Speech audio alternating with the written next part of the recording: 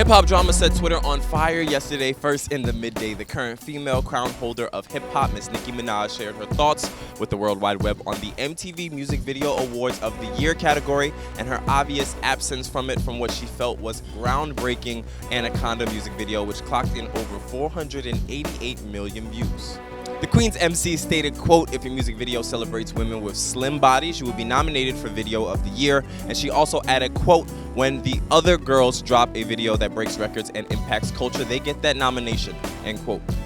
Now, Minaj did not directly name any artist, but many believe she was aiming at singer Taylor Swift and her Bad Blood video with some of her tweet heat.